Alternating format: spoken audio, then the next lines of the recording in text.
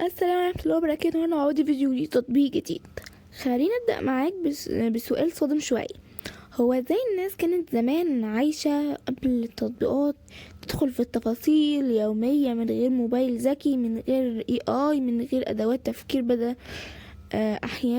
أحيانا. هل كانوا أبطال، ولا يمكن كانوا أذكياء بطريقة مختلفة؟ النهاردة احنا في زمان التطبيقات. هنا اقول لك رقم مهم جدا. المستخدم العادي بيقضي اكتر من 4 أو 6 ساعات يوميا موبايل. 90% من الوقت ده جهد تطبيقات، وده معناه ان التطبيقات بقت مش بس ادوات، دي بقت جزء طريق تفكير نفسنا، تفكر بنفسنا. ومن النهارده هنخش على تطبيق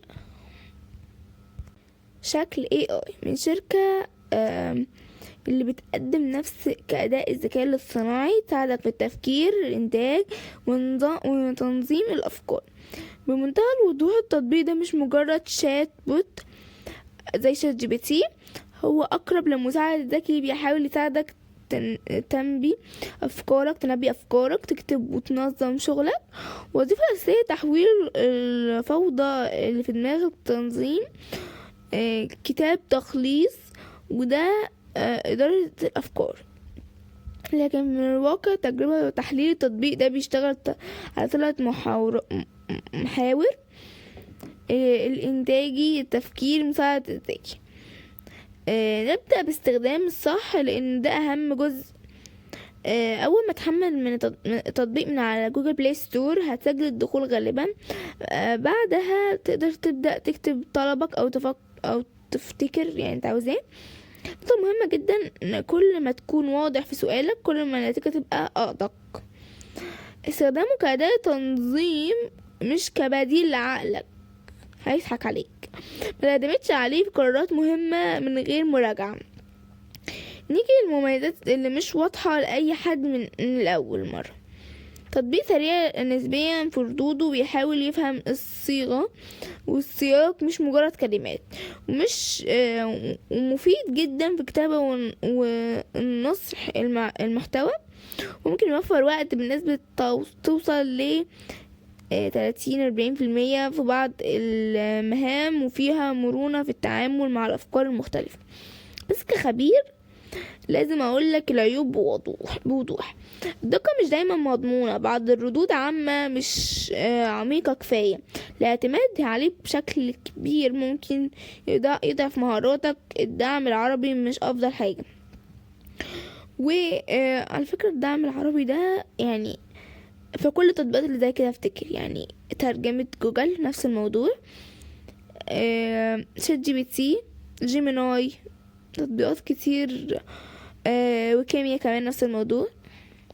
أو حتى إنشاء معلومات غير دقيقة بشكل مقنع، وده بيحصل مش بسبب التطبيق نفسه، لكن بسبب المستخدم. طيب رأي الناس ايه؟ من تحليل تعليقات جوجل بلاي ستور، أغلب الناس شايفة إنه مفيد كبديل، لكن مش كفاية كأداة أساسية.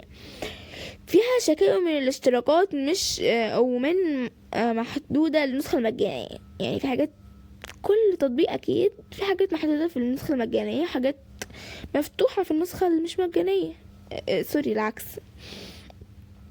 وأكتر تعليق متفاعل عليه كان بمعنى فكرته حلوة بس مش قد التوقعات، ولسه بدري عليه، وده تقييم منقع جدا.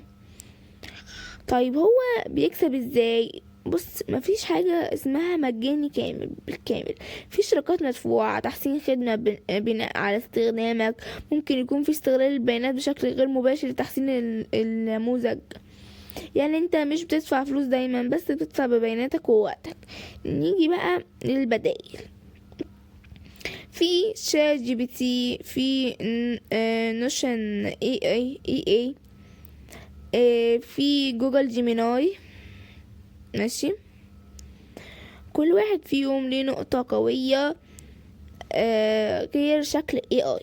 بيحاول يكون في نص، بس مش لسه مش متوافق. رأي مهني تطبيق مفيد لكن مش يعني تعتمد عليه كلي، ينفع كمساعد بس مش يعتمد أساسي، كويس للمبتدئين لكن المحترفين يحتاجوا بدائل أقوى. في النهاية نرجع لسؤالنا في أول الفيديو، الناس زمان كانت أقل كفاءة حقيقي؟ لأ، احنا بقينا أسرع مش بتدور أذكى. تطبيقات زي شكل AI هي مجرد أدوات، الفرق الحقيقي اللي بيستخدمه.